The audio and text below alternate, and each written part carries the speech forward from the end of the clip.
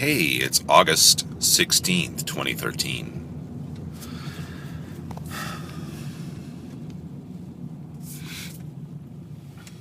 And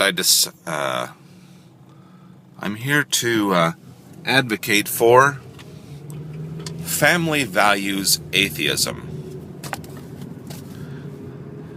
And there's a number of things I want to point out. Atheists often ask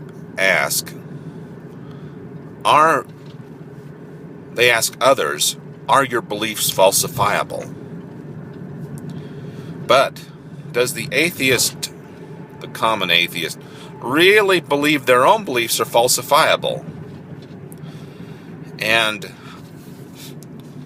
as a side note, or maybe a main note, I wanted to thank the Black Atheists of Atlanta for enlightening me about this subject. And also the brave conservative atheists fighting against the grain, against the new religion, or maybe the old religion. And you have to realize, hey, my father's a liberal, and for many years I was a liberal, and with regard to economics, I probably still am a liberal. But with regard to social issues, I'm finding myself becoming more conservative for several reasons.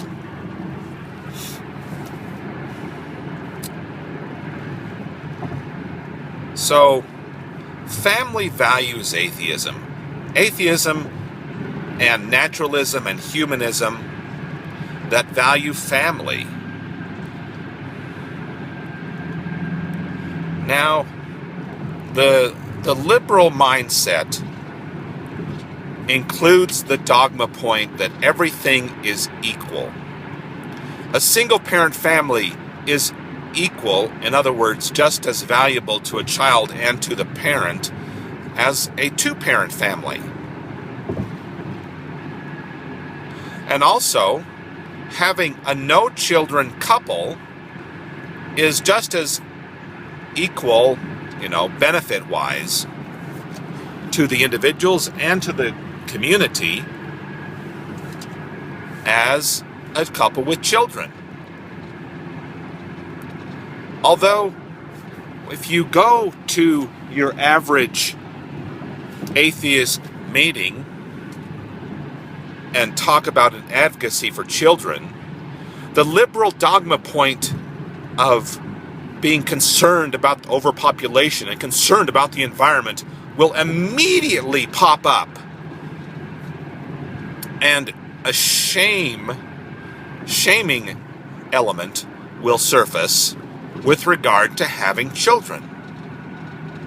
Now, recently I encountered an interview on the CBC between a gay man and a New York childless woman, where she operates a website called STFU Parents. And also, when I've encountered, local atheists,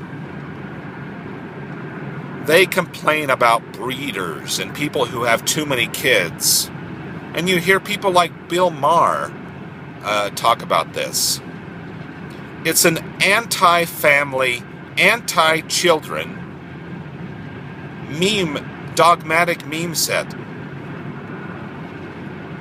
And the idea that you can equally accept as valid and useful and beneficial a childless couple, and also, and here's the really heretical part on that when a liberal hears these words, and also a homosexual couple, is a homosexual marriage just as useful and beneficial to the individuals and to the community as a heterosexual marriage. Heresy. The heresy trials will begin if you mention that. Here's the big fallacy and problem that the liberals in atheism who are atheists and who are part of the so-called atheist movement, here's the huge problem they have. And this key element was revealed by, a dude who they consider one of their own. And I really appreciate the guy too. Daniel Dennett. Huh? Religion is a natural phenomenon. Religion is a natural phenomenon. Cuts both ways. Hey, it not only is an education for the religionist, but it's also, inconveniently, some might think, for the non-religionist. So what does religion as a natural phenomenon actually mean? It means that the dogmas of a religion can actually be natural, can come from human nature. So maybe concern about homosexuality and non-reproductive sex is natural. Maybe a two-parent family is good. Maybe children need a mommy and a daddy. Maybe if you spend your life in a non-reproductive hole, a circle chasing your own ass, either as a straight childless couple or as a gay person, endlessly posting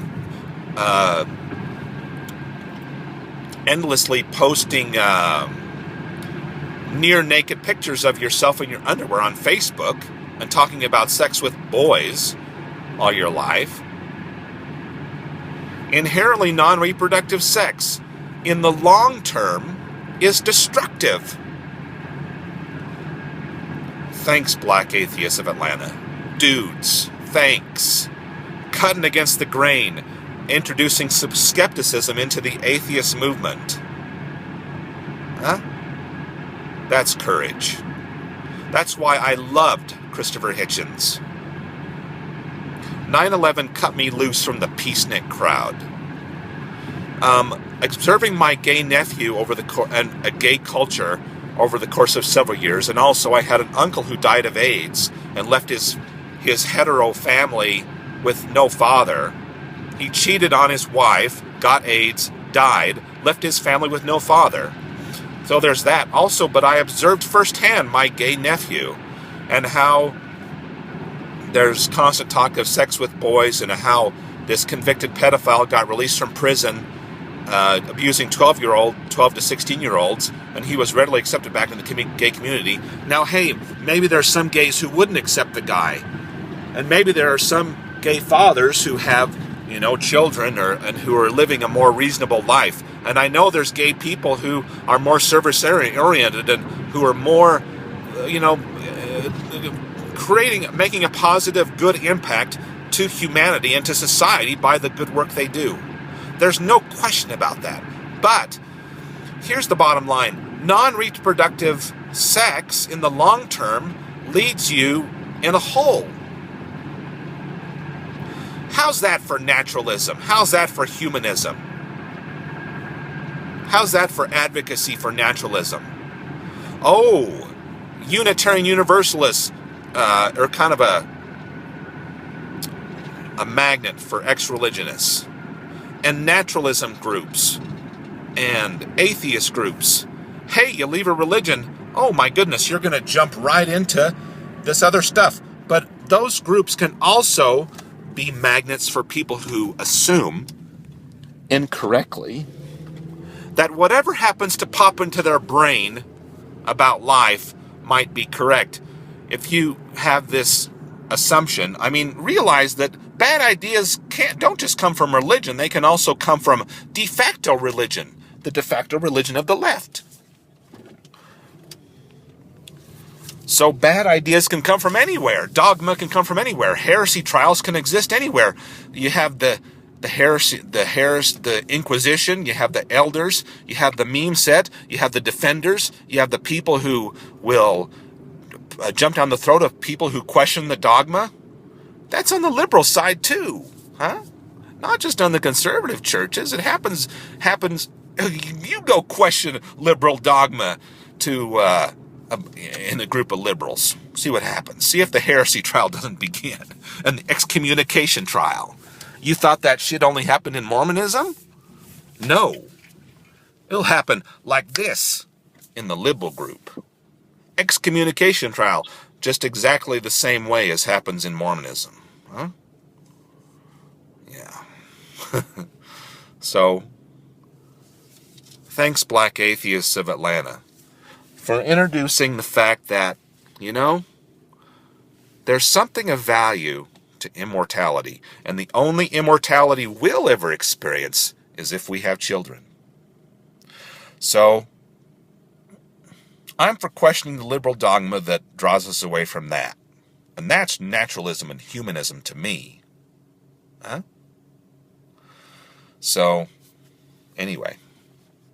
You going to excommunicate me from your atheist church for having these views? Well, hey, maybe I can contact the Black Atheists of Atlanta and see if I can at least become a friend of, a supporter of. Maybe that we can start a branch here. Black and Friends of Blacks of the Black Atheists of Atlanta. Salt Lake City branch. How about that? And another key skeptical point to introduce back into the quote-unquote atheist movement and into humanism and naturalism is maybe if you want to work to be an ex-gay, that's a good thing. Maybe it's not abusive. Maybe the fact that you're unhappy as a gay person is because you're stuck in a non-reproductive hole. Did you think of that? Huh? Or is that heresy? Huh? Heresy. It's not because you're going to go to hell. It's because maybe you're stuck in a non-reproductive hole. Same with the straight people who are stuck in the same hole. So, I think human sexuality is much more malleable than either side wants to admit, and maybe some is born in, but anyway, and just because I say, maybe the ex-gay stuff, if you can find a secular version of it, maybe that's of value. Huh?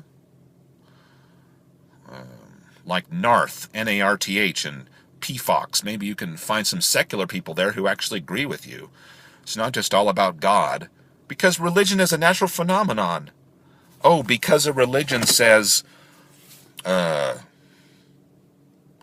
sex with animals is bad, and adultery is bad, and cheating on your wife is bad. That means when you leave a religion, you can just do all those things. No problem. Yeah, let's list all the stuff that religion says is bad, and then when you leave a religion, everything's on the table. But when people say, without God is everything permitted, you listen to the liberals and you might think, well, hell, damn right. Without God, they seem to think everything appears to be permitted. But no. We're talking about humans here. Humans have built-in morality. So, without God, not everything is permitted. Even if the liberals might think so, or even if they might have dogma that claims so. No. Even if and here's one key thing I learned about being in religion, is if you force yourself to believe a certain thing, if it goes against, some more deep part of human nature, that can make you unhappy. So, anyway. So, skepticism, being present, and assuming that you're not being sucked into a de facto religion, those are some key things to think about as an ex-religionist. Are you just jumping right into another religion? So, all right. Okay. So, tying into 14 billion years of evolution directly through having children, I think that's of value. Immortality, value. Okay? Maybe more valuable than thinking you can chase your tail all your life and be happy, and force other people to say, yes, you're just should be equal with your little stupid choice. Maybe not. Huh? There's better choices. And it doesn't take a God to show us that. Thanks, Black Atheists Atheists of Atlanta, for helping us to realize that.